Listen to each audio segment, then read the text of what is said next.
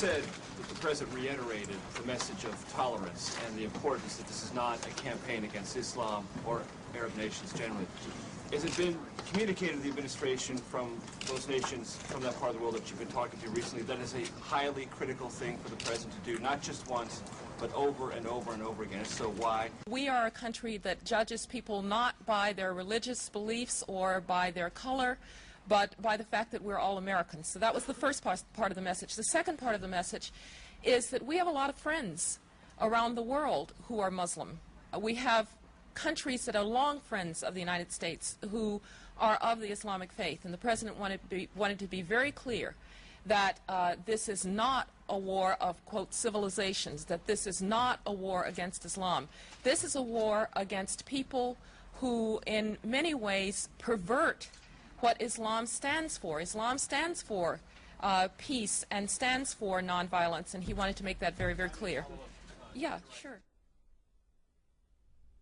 Islam and Islamic civilization are unique in their stance toward non-believers, and that Islam is the only religion in the world that has a developed doctrine, theology, and law that mandates violence against unbelievers.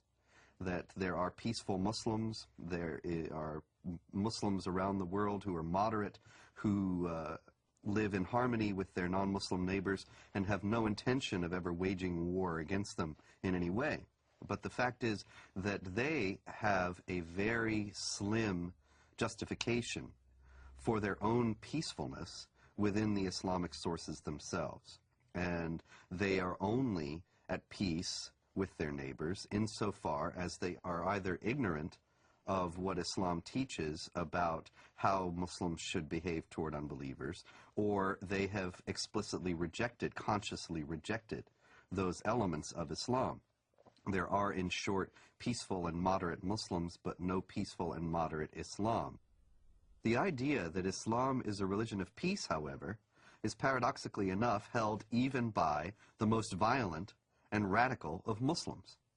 Sayyid Qutb, the Egyptian Muslim theorist, whose writings are revered by radical Muslims today, by terrorists today, he wrote and insisted that Islam is a religion of peace. When you study his writings, it becomes clear that he meant that Islam is dedicated to establishing the hegemony of Islamic law over the world. When that hegemony is established, peace will reign in the world. Therefore, Islam is a religion of peace. But the problem is the peaceful Muslims don't understand the edicts that comes out of the jurisprudence of Islam. If you look at the interpretation of these verses in Al-Azhar University, in the Islamic Sharia schools in Jerusalem, in Jordan, in Syria, and Damascus, all throughout the Middle East, the jurisprudence of Islam clearly state, emphatically, that the verse of the sword made null and void all the peaceful verses. And what does the verse of the sword say? Then when the sacred months have passed, then kill the mushrikun, unbelievers, wherever you find them, and capture them and besiege them, and prepare for them each and every ambush. But if they repent and perform as-salat, the Islamic prayers, and give zakat, alms, then leave their way free. Verily, Allah is oft-forgiving, most merciful. Kill them when you see them, wherever you find them. This is not an allegoric kill. It's a literal kill. It's the killing of Zarqawi, right in front of the camera. It's the lynching that you see in Ramallah. It's the killing of over 1 million Sudanese in Sudan, cutting the hands and the feet from opposite sides. And here's the dilemma. The peaceful verse, even the peaceful verse that is quoted, even by Bush,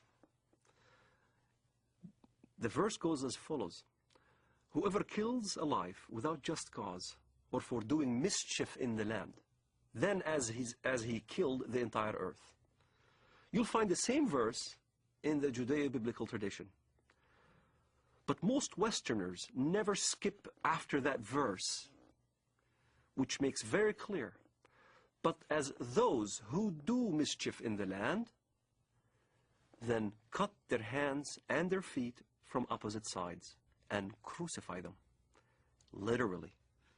And that's what you see what happened in Afghanistan. That's what you see what happened in Sudan. A huge amount of crucifixions and killings and beheadings and amputations and public assassinations.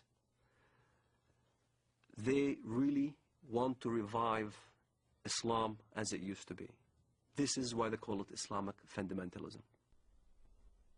The recompense of those who wage war against Allah and His Messenger and do mischief in the land is only that they shall be killed or crucified, or their hands and their feet be cut off on the opposite sides, or be exiled from the land.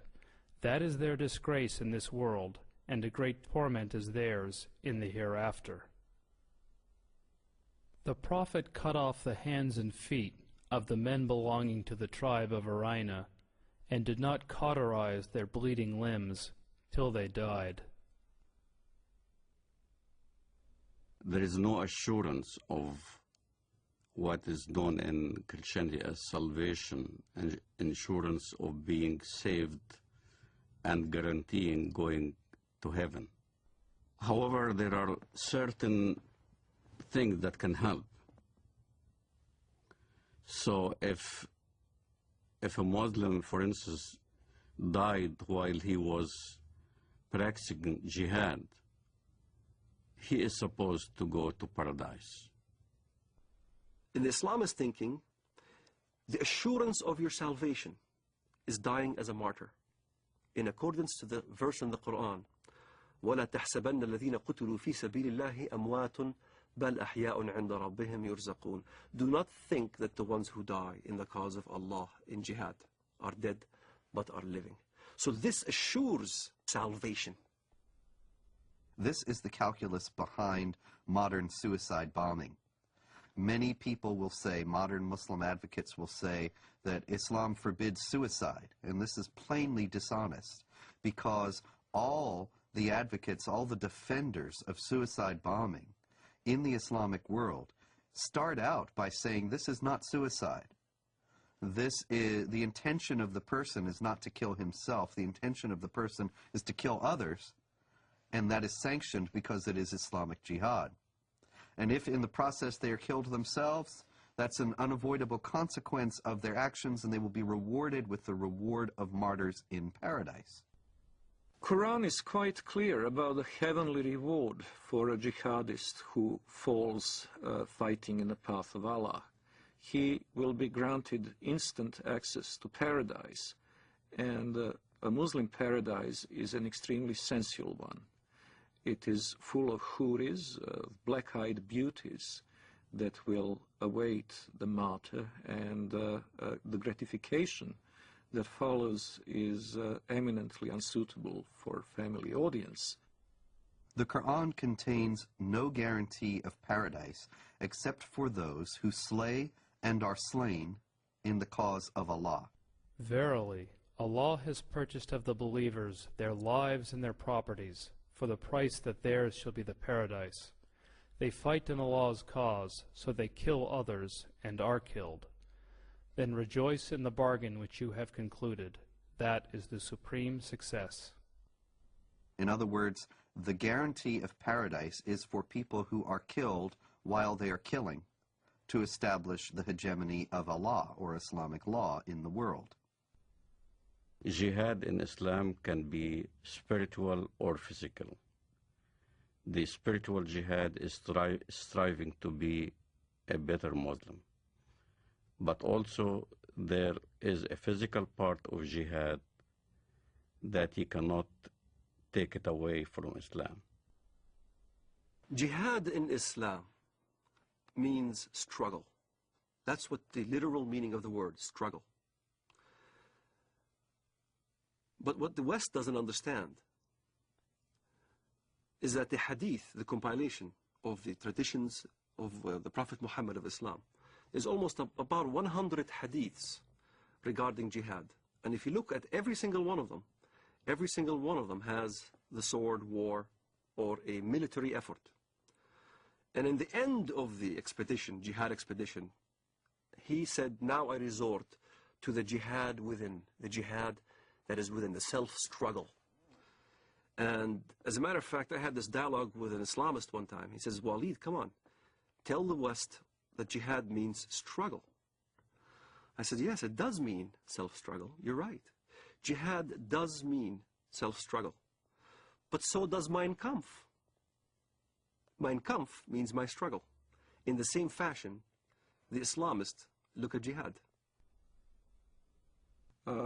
It is a very dangerous element of the Islamic teaching because this instant gratification through martyrdom is an attractive concept. And by the way, when the so-called martyr operation is carried out by Hamas, what is announced from the minarets of mosques is not the death of so-and-so who carried out the attack, but the wedding of so-and-so to the Houris.